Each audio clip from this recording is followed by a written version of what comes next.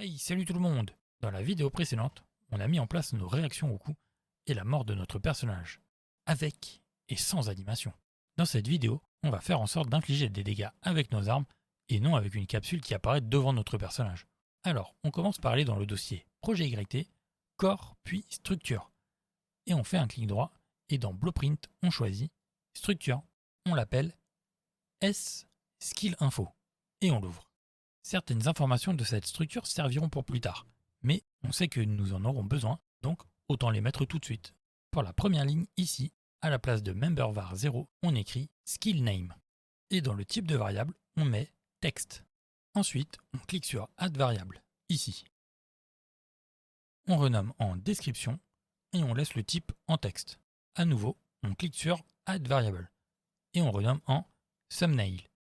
Pour le type, on écrit text 2D et on choisit texture 2D. Encore une fois, on clique sur add variable et on renomme en cooldown. Et je pense que vous l'avez deviné, on met en type float. Et enfin, on clique sur add variable puis on renomme en damage info. Et dans type, on choisit notre S damage info. On sauvegarde et on peut quitter notre structure. Direction le dossier projet YT et on crée un nouveau dossier. Clic droit, new folder et on l'appelle data table. Dans ce dossier, on fait un clic droit et dans Miscellaneous, on choisit Data Table. Là, dans cette petite fenêtre, on choisit la structure que nous venons de créer. Donc, on met S Skill Info. On appelle notre Data Table DT Skills. Puis on l'ouvre. C'est ici qu'on va mettre nos compétences pour le personnage, mais aussi pour notre IA plus tard. Pour l'instant, on n'en est pas encore à faire des compétences, mais on a une attaque de base tout de même. Donc, on met nos paramètres de l'attaque de base ici aussi. On clique sur plus, add ici, et dans row name, on rename en basic attack. On agrandit un peu les colonnes, surtout description.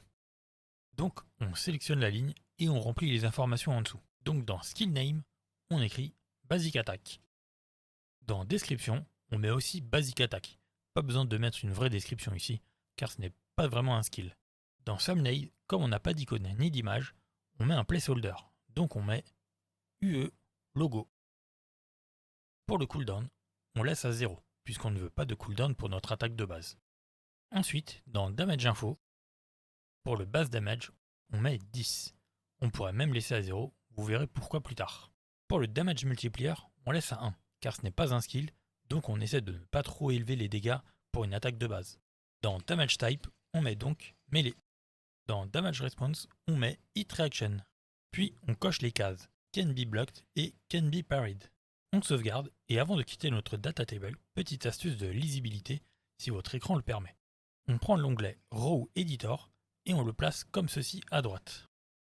Quand vous commencez à avoir beaucoup de lignes dans votre data table, je trouve que comme ceci la navigation est bien plus pratique, surtout quand votre structure est plus grande.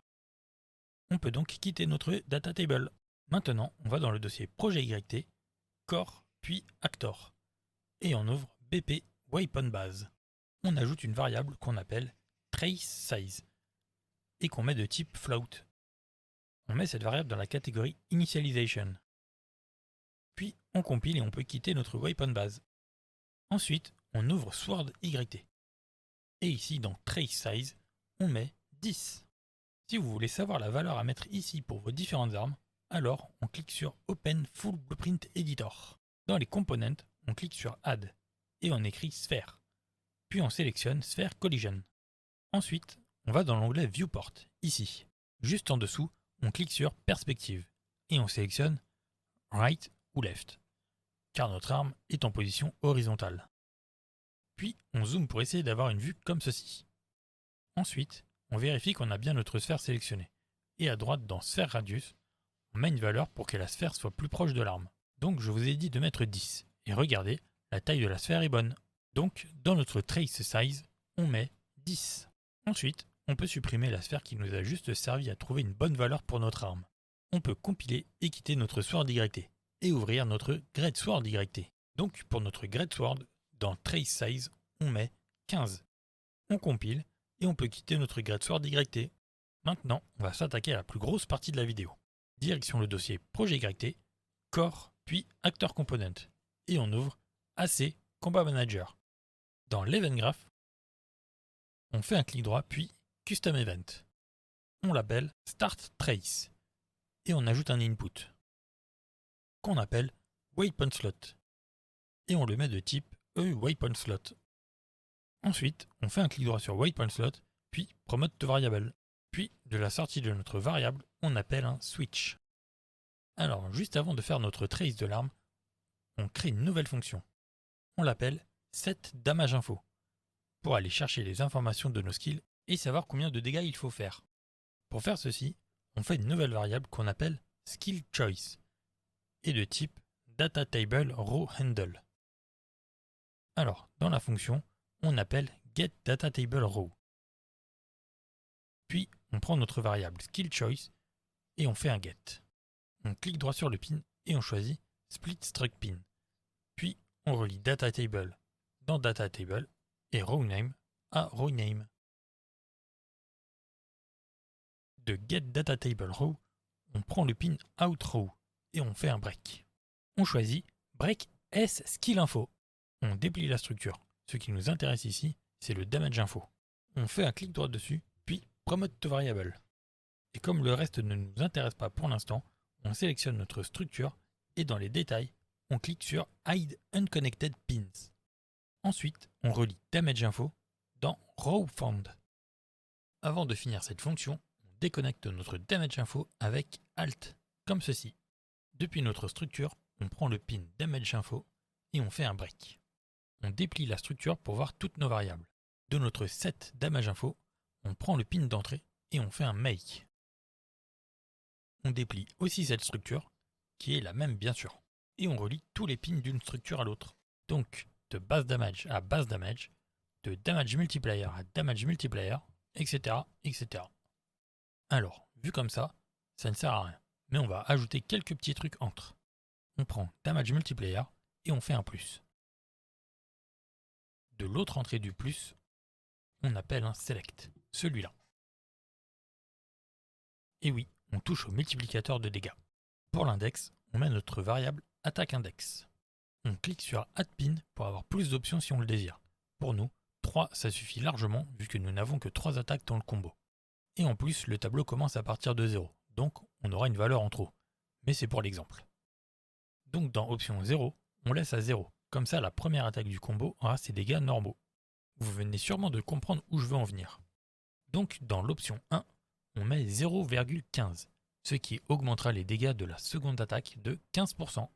Ensuite, dans l'option 2, on met 0,3, donc une augmentation de 30% des dégâts si on touche avec la troisième attaque du combo. Et dans l'option 3, si vous voulez rajouter des coups dans votre combo, on met 0,6 pour récompenser le joueur d'aller jusqu'au bout de ce combo. Donc une augmentation de 60% de dégâts. Et voilà pour l'instant. Retour dans l'Event Graph. On prend notre fonction et on la branche à Weapon Main Hand. Alors ensuite, pour faire notre trace, on veut être sûr que notre personnage a bien une arme. Donc, Get Owner. Puis, Get Component by Class. Et dans Component Class, on choisit Weapon Manager. De la Return Value, on appelle Get Main Weapon. Tant qu'à faire, on sélectionne notre Get Owner et Get Component by Class et on fait un clic droit et hop, Collapse to Function. On l'appelle Get Weapon Manager et on la passe en pur. On en aura probablement besoin plus tard et de toute façon, ça fait plus propre. Bon, de notre Get Main Weapon, on appelle isValid, celui-là. Et on relie l'exec à notre fonction setDamageInfo. Comme je trouve qu'un trace prend pas mal de place et ce n'est pas très beau à voir, on sélectionne notre Get Weapon Manager, Get Main Weapon et isValid, puis on fait un clic droit et Collapse Node. On appelle ce node Main Weapon et on va dedans. De isValid, on appelle Multi-Sphere Trace by Channel. Et on déplie le node pour voir toutes les variables. Pour le start, ce n'est pas très compliqué. De Get Main Weapon, on appelle Get Item Mesh. Souvenez-vous, on a mis la possibilité d'avoir nos armes en Static Mesh ou en Skeletal Mesh. Depuis la Return Value, on appelle Get Socket Location. Dans In Socket Name, on écrit Weapon Start. Puis on relie la Return Value à Start. Ensuite, pour le end, on va faire la même chose.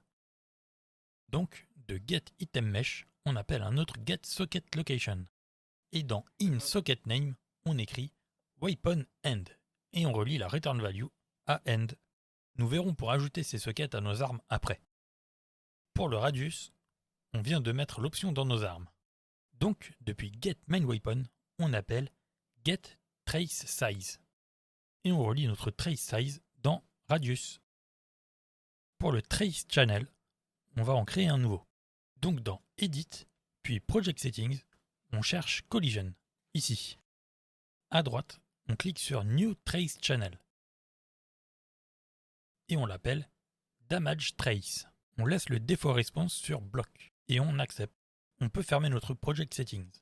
D'ailleurs, le Project Settings ainsi que l'éditeur préférences, vous avez sûrement remarqué qu'on ne peut pas sauvegarder. Car le moteur sauvegarde automatiquement quand vous faites une modification dedans. De retour dans notre Combat Manager, on fait un clic droit sur Trace Channel puis Promote to Variable.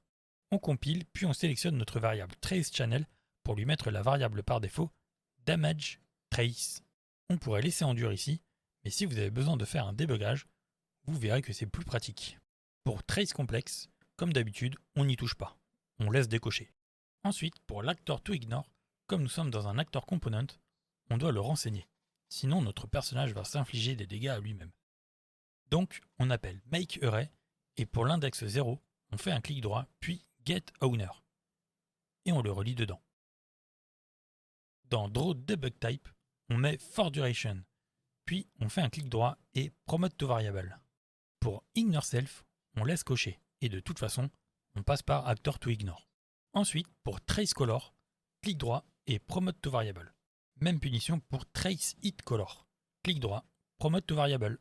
Cela permettra de changer plus rapidement la couleur du trace si besoin afin de faire du débugage. Et dans DrawTime, on écrit 1.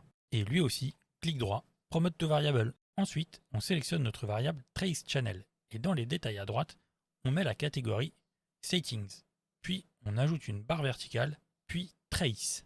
Après, on déplace la variable DrawDebugType dedans. Ainsi que TraceColor et TraceHitColor. Et enfin, la variable DrawTime. Ensuite, on fait une nouvelle fonction qu'on appelle TraceResultToDamage.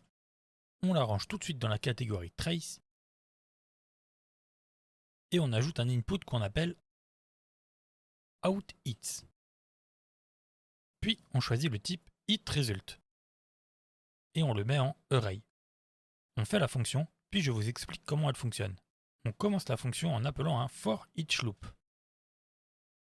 On branche OutHit dans Array et de ArrayElement, on fait un break. On déplie le break et de HitActor, on appelle Contains. Du Array, on fait un clic droit puis Promote to Variable. On l'appelle AlreadyHitActors. Et de la sortie de Contains, on appelle un NotBoolean. Vous connaissez la suite, on appuie sur B et on clique pour avoir un branch. On relie le not au branch. On prend notre nouvelle variable AlreadyHitActors et on fait un get. De ce get, on appelle addUnique, qu'on relie dans true. Et du break HitResult ici, on prend HitActor qu'on branche dans le addUnique. Et pour finir cette fonction, on prend un nouveau HitActor et on appelle TakeDamage avec le message entre parenthèses. Dans le DamageInfo, on met notre variable DamageInfo. Et pour le DamageCauser, on fait un clic droit et on appelle un getOwner qu'on branche dedans. On range la fonction et je vous explique le fonctionnement.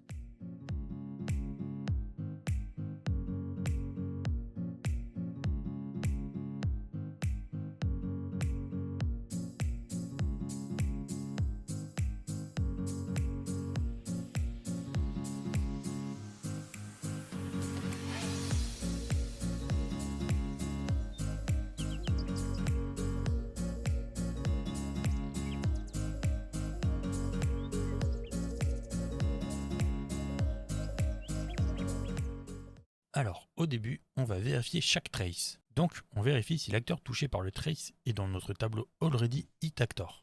Et si ce n'est pas le cas, alors on stocke l'acteur dans notre tableau. Puis, on lui envoie l'information de prendre des dégâts avec le DamageInfo et qui lui a fait ces dégâts. on retourne dans notre onglet Main Weapon pour mettre notre fonction TraceResultToDamage à la suite de notre multisphere trace. Et on branche OutHits à OutHits.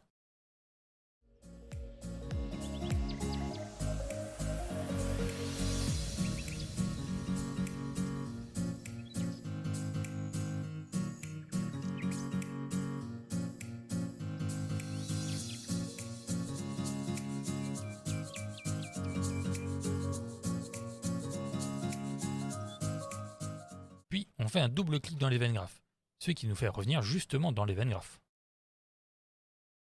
Occupons-nous maintenant de Second Weapon, Off-End. Cela va être très similaire à la Main Weapon. Donc on appelle setDamageInfo et à la suite, on prend notre fonction getWeaponManager, puis on appelle getSecondWeapon. On fait un isValid, celui-là. Ensuite, on sélectionne getWeaponManager, getSecondWeapon et isValid. On fait un clic droit, puis CollapseNode. On l'appelle SecondWeapon et on va dedans. De isValid, on appelle Multisphere Trace by Channel. Et on déplie le node pour voir toutes les variables.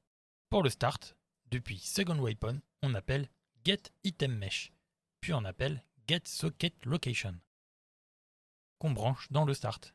De getItemMesh, on appelle un autre getSocketLocation qu'on branche dans le end. Dans InSocketName du premier getSocketLocation, on écrit WeaponStart. Dans l'autre, on écrit WeaponEnd.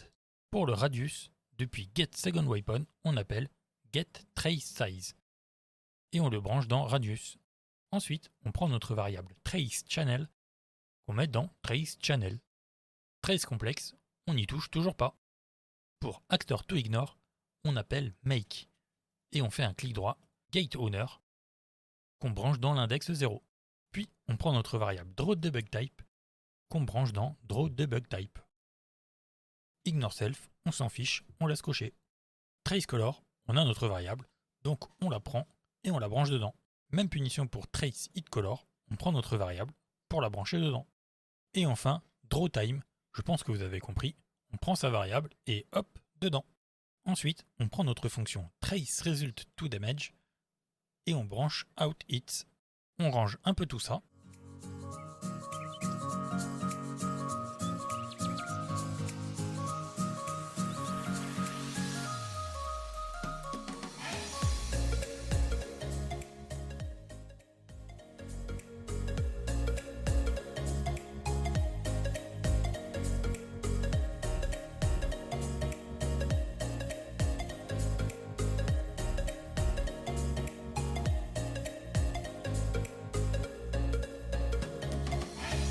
Et voilà, revenons dans l'Event Graph avec un double clic.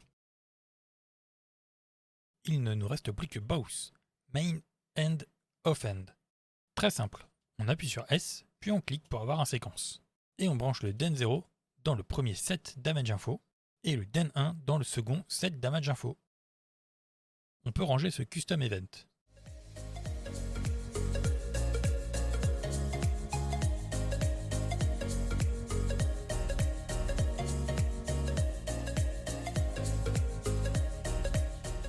Ensuite, un peu plus haut à notre custom event Play Attack Montage, juste avant Play Montage, on fait un set de notre variable Skill Choice. Puis on fait un clic droit sur le pin d'entrée et Split Struct Pin. Dans Data Table, on met DT Skills. Et dans Row Name, on écrit Basic Attack.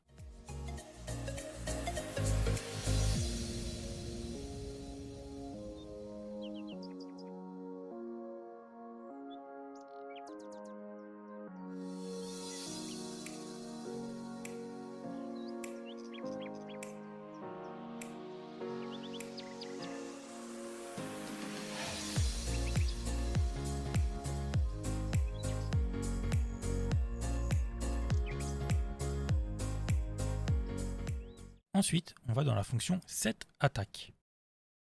Et à la fin de la fonction,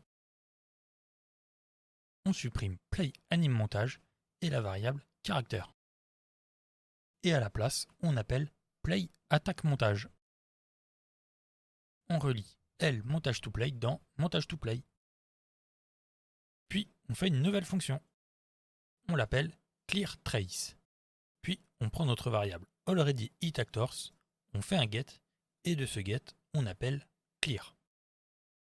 Et voilà, plus qu'à placer la fonction dans la catégorie trace, et on peut compiler et quitter Combat Manager. Il nous faut ajouter les sockets Weapon Start et Weapon End à nos armes. Donc direction le dossier Projet YT, Assets, Weapons, puis Greatsword YT, et on ouvre JS Projet YT. En haut à droite, on clique sur l'onglet Socket Manager, puis sur le petit plus à droite.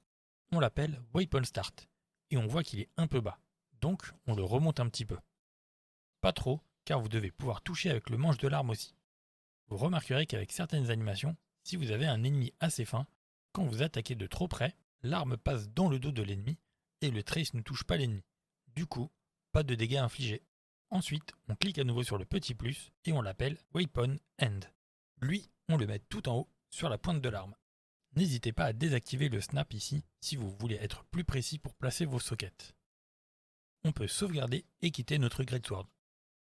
Retour en arrière dans le dossier Weapons et dans le dossier Sword Projet YT, on ouvre Sword Projet YT et on va faire la même chose. On clique sur le plus et on appelle le premier socket Weapon Start. Puis à nouveau sur le plus. Le second socket, on l'appelle Weapon End et on le place vers la pointe de l'arme. On peut sauvegarder et quitter notre Sword. Maintenant, direction le dossier Projet YT, Core puis Anim Notify. Clic droit, Blueprint Class, et dans All Class, on écrit ANS, et on sélectionne Anim Notify State. On l'appelle ANS Weapon Trace, puis on l'ouvre. Vous avez l'habitude désormais, on va dans Class Settings. Donc dans Blueprint Display Name, on écrit Weapon Trace. Ensuite, dans Blueprint Description, on écrit trace une sphère autour de l'arme pour détecter les ennemis et leur infliger des dommages.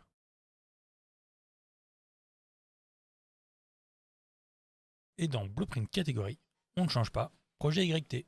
Après, on clique sur Class Default, ici, et on change Notify Color. Comme cette notification a pour but de déclencher des dégâts, mais qu'on a déjà utilisé le rouge, alors je mets en orange. Ensuite, on clique sur Override, ici, et on choisit Get Notify Name. Encore une fois, et ce coup-ci, Resave Notify Tick. Et enfin, Resave Notify End. On va commencer par la plus simple. Donc, Resave Notify End. De MeshComp, je sais que vous le savez, Get Owner. Puis, on enchaîne avec Get Component by Class. Et dans Component Class, on sélectionne Combat Manager. Et maintenant, on appelle Clear Trace. On relie.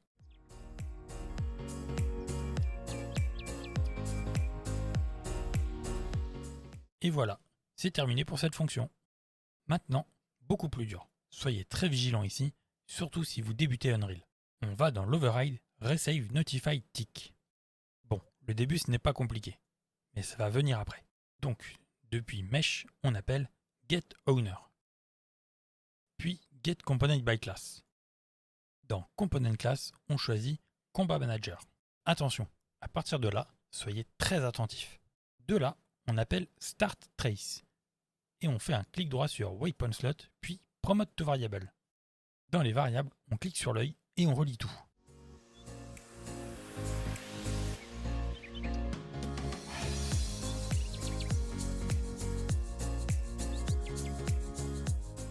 Voilà, fonction terminée.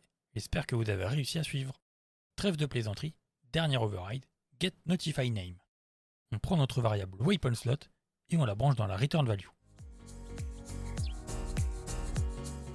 On compile et on peut quitter notre Anim Notify. La suite logique, direction le dossier Projet YT, Animation, puis Anim Montage.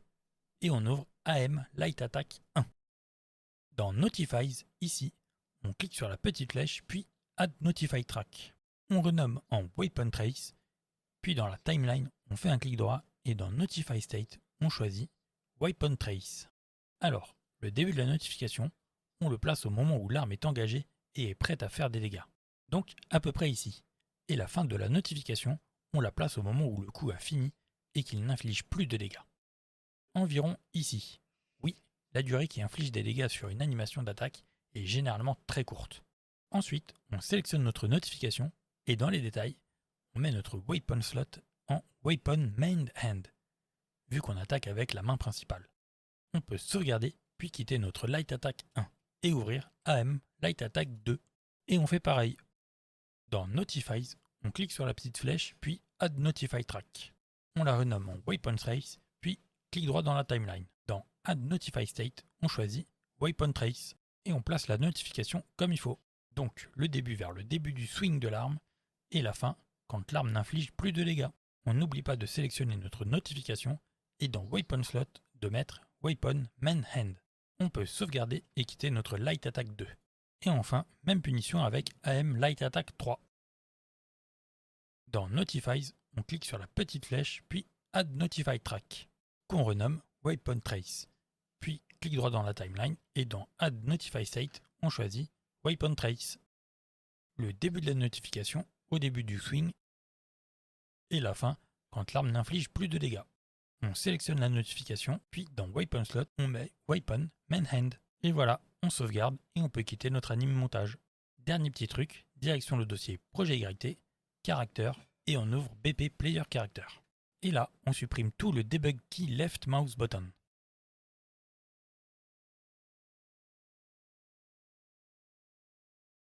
On peut compiler et quitter notre BP Player Character. À ce stade, le système fonctionne. Vous pouvez essayer si vous voulez, mais on va aller un peu plus loin, donc voici une petite partie bonus. Direction le dossier Projet YT, Core puis Actor, et on ouvre BP Weapon Base. On fait une nouvelle variable qu'on appelle Damage Min, et de type Integer. Ensuite, on fait une autre variable qu'on appelle Damage Max, et de type Integer aussi. Puis on fait une petite fonction qu'on appelle GetWeaponDamage, et on la met en pur. On ajoute un output qu'on appelle ReturnValue, et de type float.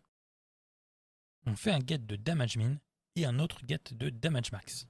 On fait ensuite un clic droit et on appelle Random Integer in Range. On branche DamageMin dans Min et DamageMax dans Max. Plus qu'à relier la ReturnValue à la ReturnValue du ReturnNode et Unreal fait la conversion automatiquement de integer à float. Et enfin, on met les deux variables dans la catégorie Initialization. On peut compiler et quitter notre BP Weapon Base. Ensuite, on ouvre BP SwordYT et dans DamageMin, on met 1, puis DamageMax, on met 5. Donc l'arme fera aléatoirement des dégâts entre 1 et 5. On compile et on quitte notre BP SwordYT. On ouvre BP GreatSwordYT et là, dans DamageMin, on met 4. Puis dans DamageMax, on met 10. C'est une arme à deux mains, donc c'est normal qu'elle fasse plus de dégâts, non? On peut compiler et quitter BP GreatSwordYT. Ensuite, on va dans le dossier Projet YT, Core puis Actor Component, et on ouvre AC Combat Manager. Dans la fonction setDamageInfo, on va ajouter les dégâts de l'arme. Pour ça, au début de la fonction, on prend notre variable Weapon Slot et on fait un get. De Weapon Slot, on appelle un switch, qu'on branche directement à setDamageInfo. Puis, on prend notre fonction getWeaponManager, car les armes sont gérées par notre Weapon Manager. De notre getWeaponManager, on appelle getMainWeapon, puis la fonction qu'on vient de faire, donc getWeaponDamage. De la ReturnValue, on fait un clic droit puis Promote to Local Variable. On l'appelle LWeaponDamage, qu'on relie à notre switch dans Weapon Main Hand, et la sortie à getDataTableRow. Mais imaginons que nous avons une animation qui met un coup de bouclier ou qui fait une attaque avec la deuxième arme. Alors, de notre getWeaponManager, on appelle notre getSecondWeapon. Et de là, on peut aussi appeler getWeaponDamage. Par contre, pas besoin de promouvoir dans une nouvelle variable, on peut utiliser la même. Donc, on prend notre variable locale LWeaponDamage et on fait un set. On relie la return value de notre getWeaponDamage dedans et le pin d'exécution dans le switch SecondWeapon offEnd et la sortie directement dans le getDataTableRow. Bon, il ne nous reste plus que le cas où on attaque avec nos deux armes simultanément. Rien de compliqué. Depuis getWeaponDamage, on appelle un plus et on ajoute à l'autre getWeaponDamage.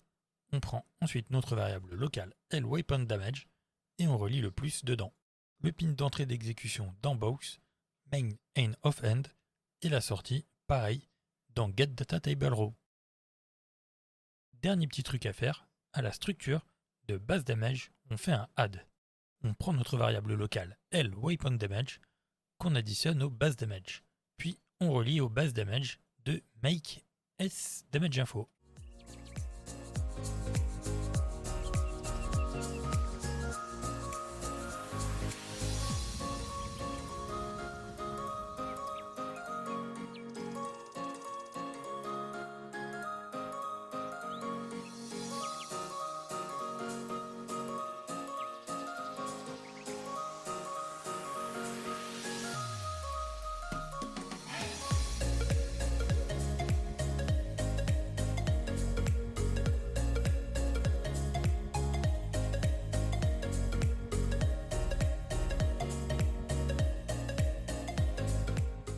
Et voilà, on peut compiler et quitter notre combat manager. Il ne nous reste plus qu'à essayer tout ça. On clique sur Play. On prend la Sword YT et une fois l'arme dégainée, quand on attaque, on voit les traces. Donc on va taper notre ennemi. Et on voit que les dégâts de l'arme sont bien pris en compte vu que notre basic attack dans notre data table, on a mis 10 et que dans notre arme, on a mis entre 1 et 5. On fait bien des dégâts du coup entre 11 et 15. On peut aussi aller prendre notre Greatsword YT, et là par contre, on fait des dégâts entre 14 et 20. Alors, quand nous ferons le système de statistiques, nous prendrons en plus la puissance d'attaque et la défense de l'ennemi. Avant de finir cette vidéo, on va corriger un petit souci que j'ai remarqué. Vous avez sûrement dû le remarquer aussi, mais quand on a notre Greatsword et qu'on ramasse le bouclier, on est toujours équipé de la Greatsword. Donc, on va dans le dossier Projet YT, Core, puis Actor Component, et on ouvre AC Weapon Manager. Dans la fonction setWeapon, après notre premier branch à la sortie de false, on fait un peu de place. Puis, on appuie sur S, et on clique pour appeler un séquence. Donc, on branche false aux séquences, et le den1 au getSecondWeapon. Ensuite, dans le den0, on prend notre variable mainWeapon, et on fait un get. Clique droit sur le get, puis convert to validated get.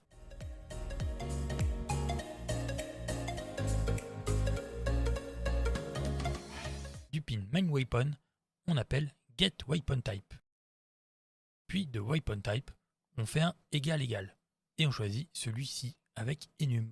Puis on appuie sur B, et on clique pour appeler un branch, qu'on relie dans le isValid, et la condition à notre égal égal. Dans le égal égal, on met Greatsword. Après, on prend notre variable mainWeapon et on fait un get. De là, on appelle onUnequip. Et on appelle aussi DestroyActor, qu'on met dans le trou.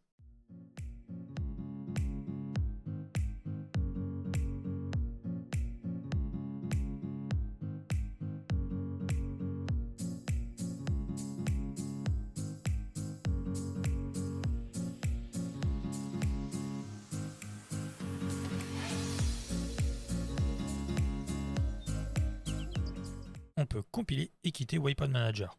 Autre petit souci, direction le dossier Projet YT, Core puis Game Mode, et on ouvre PC Projet YT. Au niveau de l'attaque légère, ici, on inverse le branch et le isValid.